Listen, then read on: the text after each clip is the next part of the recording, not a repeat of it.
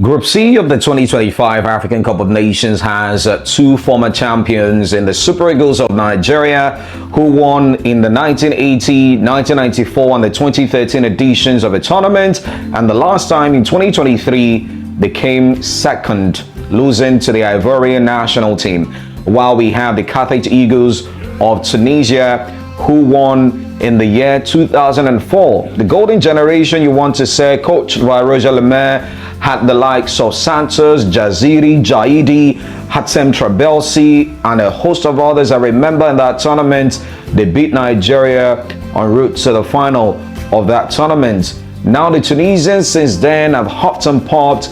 They've not been able to get back to that level that they were at that point in their lives as a footballing nation. But the good thing is that the Tunisians are back. They completely decimated everybody that came their way during the World Cup qualifying series without conceding a goal.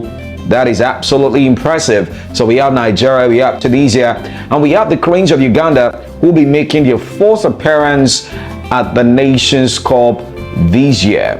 For so many years, they were away from the tournament, but in recent times, they've been quite consistent. I mean, they've had in 2019, they were there. In 2023, they were there as well, and now they're here again.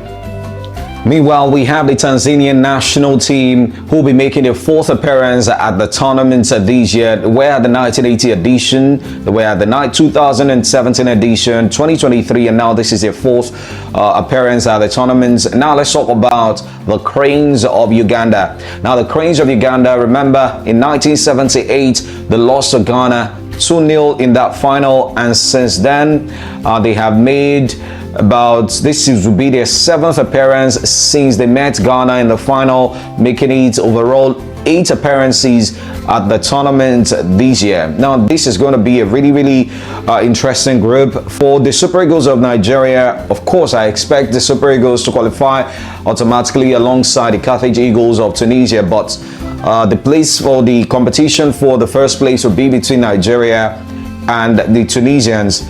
Remember that when it comes to North African nations, Nigeria tends to struggle, and then Tunisia would also go into this one knowing that, well, we've beaten this guy a couple of times at the Nigeria as well. So this is going to be between Nigeria and Tunisia, and I'm also tipping Uganda to make it as one of the best third place teams in this tournament. But that is just my thoughts, right? Let me know what you think.